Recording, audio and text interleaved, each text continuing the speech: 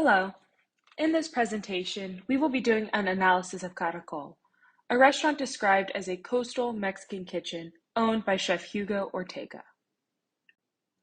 Allow us to introduce our team. We have Nakvo, Jason Moreno, Jacqueline Rager, Runke Song, Marcos Mendoza, and Yushin Yang.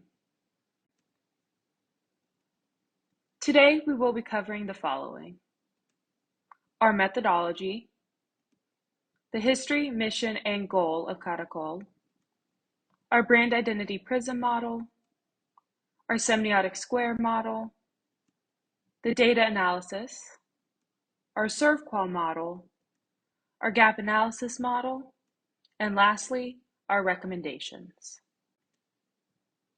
We each had an opportunity to visit Caracol, both individually and as a group, so we could experience firsthand what Caracol had to offer. We visited the restaurant multiple times between September 19th and October 23rd to experience all of the dining options.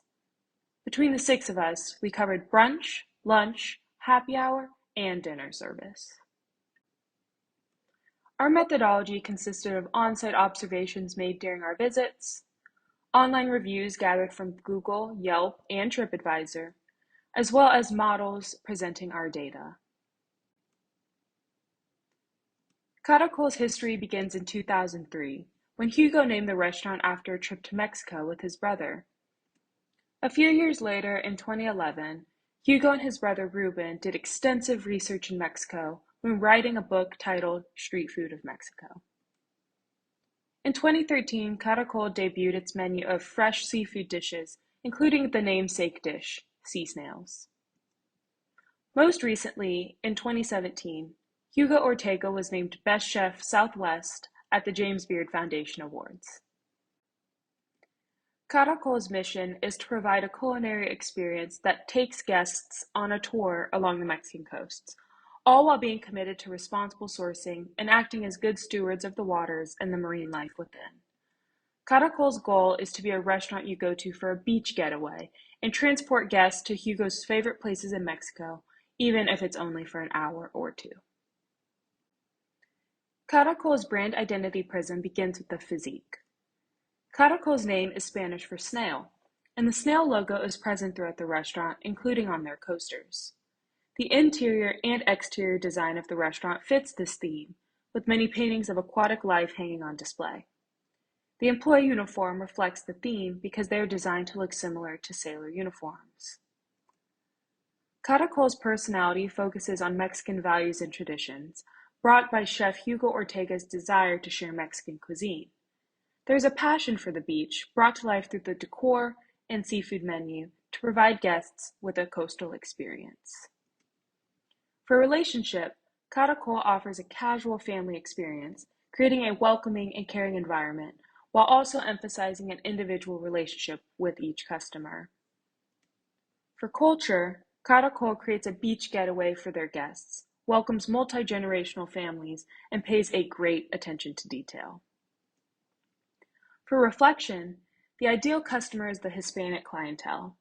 Based on our observations from our visits, we noticed that the clientele was 70% Hispanic and 30% non-Hispanic.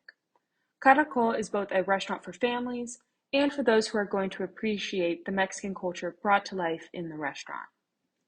Lastly, for self-image, Caracol is for those who are easygoing and looking for a relaxed environment.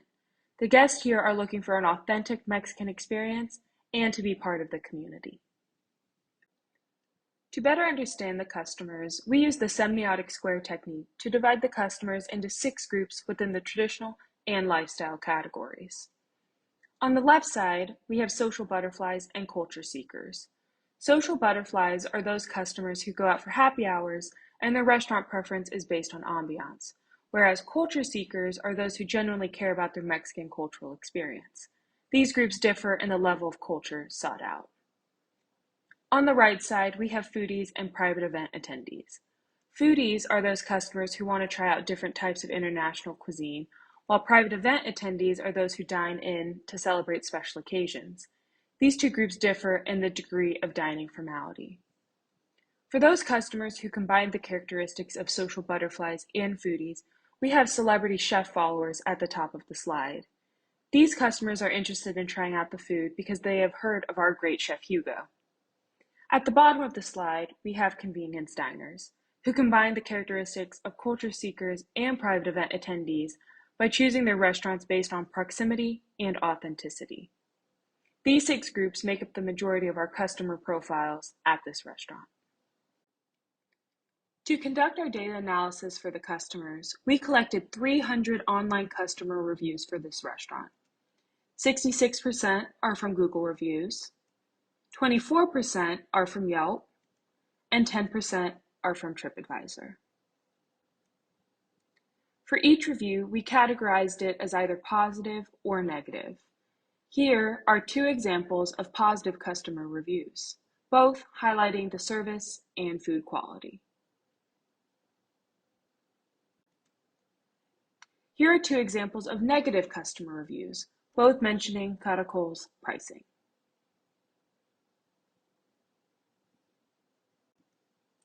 Next, we will be discussing the ServQual model for Caracol. To better understand the customer's expectations and perceptions of the service quality, we use the ServQual model to guide our analysis. In terms of physical environment and location, we found that the restaurant has limited parking options. Additionally, inside the restaurant, there are visible signs of disrepair, and the physical location is not visually appealing. In terms of communication, we found that there is a mismatch between the menu price and portion size. Some meals have small portions with high prices. Moreover, the management team doesn't communicate enough with the guests, and the staff's communication with guests after dining is not consistent. In terms of reliability, we found that the preparation of the meals is inconsistent. For example, the food temperatures can vary. In addition, the service is unpredictable and changes depending on dining time and size of group. Next, we will be discussing our gap analysis model. Customers' dissatisfaction often comes from the mismatch between their expectations and perceptions. Therefore, we can use gap analysis to help us identify the key issues of this restaurant in order to fill the found gaps. The first gap is between the customer's expectations and the service design. We found that the customers expect to have multiple parking options, but the reality is that there's limited parking space at the restaurant. Moreover, customers expect that a meal's size is proportional to the menu price, but some meals have small portions with a high price tag. The second gap is between the service delivery and the customer's perception. The restaurant promises to prepare food of high quality, but some customers perceive that the quality of dishes is not consistent.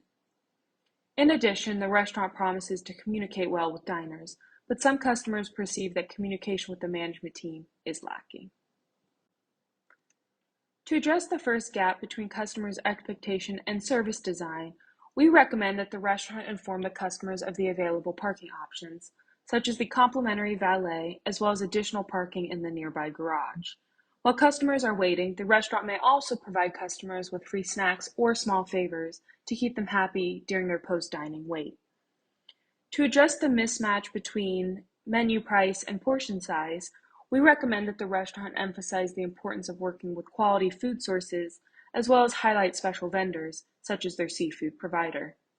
In this way, customers may find it reasonable to pay a higher price for a smaller portion, knowing the ingredients came from a reputable source. To address the second gap between service delivery and customers' perception, the restaurant needs to ensure that dish execution is consistent. To achieve this, the restaurant can enforce temperature checks, as well as host skills workshops for kitchen staff to ensure proper cooking techniques. In the meantime, to guarantee proper communication between customers and the management team, the restaurant should designate one employee to oversee guest relations. This person can follow up with customers via email, as well as monitor online reviews. In addition, the management team should make the rounds during service to check in with the diners and ensure that their experience is up to Caracol's standards. These recommendations will not only improve the dining experience at Caracol, but make it a dining destination in Houston. This concludes our analysis of Caracol. We want to acknowledge Chef Hugo and the entire team at Caracol for this educational opportunity and wish them continued success. Thank you all for watching.